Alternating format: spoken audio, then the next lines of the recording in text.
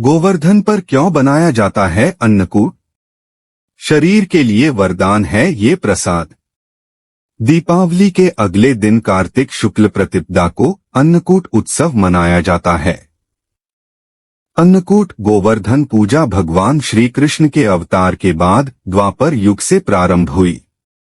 यह ब्रजवासियों का मुख्य त्योहार है। इस दिन मंदिरों में विविध प्रकार की खाद्य सामग्रियों से भगवान को भोग लगाया जाता है। इस दिन बलि पूजा, मार्गपाली आदि उत्सव भी मनाए जाते हैं। इस दिन गाय बैल आदि पशुओं को स्नान करा के धूप चंदन तथा फूल माला पहनाकर उनका पूजन किया जाता है। इस दिन गौमाता को मिठाई खिलाकर उसकी आरती उतारते हैं तथा प्रदक्षिणा भी की जाती है। इस दिन गोबर से गोवर्धन की आकृति बनाकर उसके समीप विराजमान कृष्ण के सम्मुख गाय तथा ग्वाल बालों की रोली, चावल, फूल, जल, मौली, दही तथा तेल का दीपक जलाकर पूजा और परिक्रमा की जाती है। जब कृष्ण ने ब्रजवासियों को मूसलधार वर्षा से बचाने के लिए 7 दिन तक गोवर्धन पर्वत को अपनी सबसे छोटी उंगली पर उठाकर इंद्र का मान मर्दन किया तथा उनके सुदर्शन चक्र के प्रभाव से ब्रजवासियों पर जल की एक बूंद भी नहीं पड़ी, सभी गोप गोपिकाएं उसकी छाया में सुखपूर्वक रहे, तब ब्रह्मा जी ने इंद्र को बताया कि पृथ्वी पर श्री कृष्ण ने जन्म ले लिया है, उनसे बैर लेना उचित नहीं है।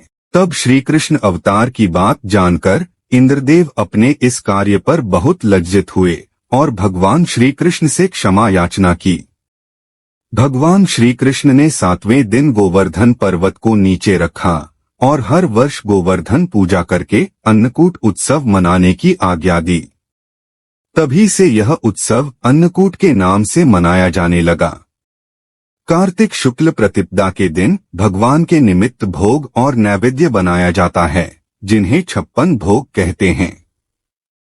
अन्नकूट पर्व मनाने से मनुष्य को लंबी आयु तथा आरोग्य की प्राप्ति होती है, साथ ही दारिद्र्य का नाश होकर मनुष्य जीवन पर्यंत सुखी और समृद्ध रहता है। ऐसा माना जाता है कि यदि इस दिन कोई मनुष्य दुखी रहता है तो वह वर्ष भर दुखी ही रहेगा। इसलिए हर मनुष्य को इस दिन प्रसन्न रहकर भगवान श्री कृष्ण को प्रिय अन्नकूट उत्सव को भक्तिपूर्वक तथा आनंदपूर्वक मनाना चाहिए। इस दिन भगवान श्री कृष्ण को अन्नकूट का भोग लगाया जाता है और मंदिरों में अन्नकूट को प्रसाद की तरह बांटा जाता है। लेकिन क्या आप जानते हैं कि अन्नकूट क्या होता है और स्वास्थ्य की दृष्टि से कितना महत्वपूर्ण होता है? अन्नकूट दीपावली के बाद से बनना शुरू हो जाता है, जिसमें बाजरे की खिचड़ी, कढ़ी और पूरी और सीजन की सभी सब्जियों से एक मिक्स सब्जी तैयार की जाती है। कई लोग बाजरे की खिचड़ी में ही सीजन की हरी सब्जियां मिलाकर व्यंजन तैयार करते हैं। ये व्यंजन खाने में जितना महत्वपूर्ण होता है, शरीर के लिए भी उतना अच्छा होता है। असल में कार्तिक माह की शुरुआत से ही संक्रमण तेजी से फैलता है क्योंकि इस वक्त मौसम धीरे धीरे बदल रहा होता है। इस माह खांसी, जुकाम, बुखार, आंखों में जलन और स्किन इन्फेक्शन सबसे ज्यादा होते हैं।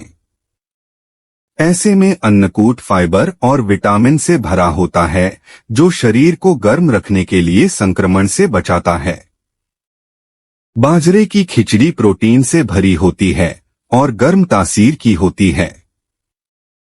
ये शरीर को हल्की सर्दी से बचाने के साथ साथ रोग प्रतिरोधक क्षमता को भी बढ़ाती है, जिससे खांसी जुकाम परेशान नहीं करते हैं।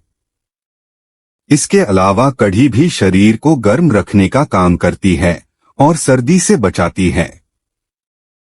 ये शरीर में कैल्शियम की कमी को पूरा करती है, लेकिन जिन लोगों को कफ की परेशानी है वे कढ़ी का सेवन कम करें। इसके अलावा हरी सब्जियों को मिक्स करके सब्जी भी तैयार की जाती है, जिसमें सीजन की पालक, मेथी, मूली, गाजर, मटर और बैंगन को मिलाया जाता है। ये सारी सब्जियां विटामिन और फाइबर से भरी होती हैं, जो शरीर को जरूरी पोषण प्रदान करती हैं और बदलते मौसम से होने वाली बीमारियों से भी बचाती हैं। इसलिए अन्नकूट सिर्फ प्रसाद नहीं बल्कि औषधि का भी काम करता है। अन्नकूट को लेकर एक और मान्यता है। माना जाता है कि अन्नकूट बनाने से घर में कभी अन्न की कमी नहीं होती है और घर की रसोई हमेशा अन्न और सब्जियों से भरी रहती है। इस मान्यता का पालन करते हुए भी भक्त अन्नकूट बनाकर भगवान श्री कृष्ण को अर्पित करते हैं। गौ माता की जय। जय श्री कृष्णा। वीडियो अच्छी लगी हो तो प्लीज लाइक एंड शेयर, और अगर आप चैनल पे नए हैं तो सब्सक्राइब जरूर कर लें। धन्यवाद।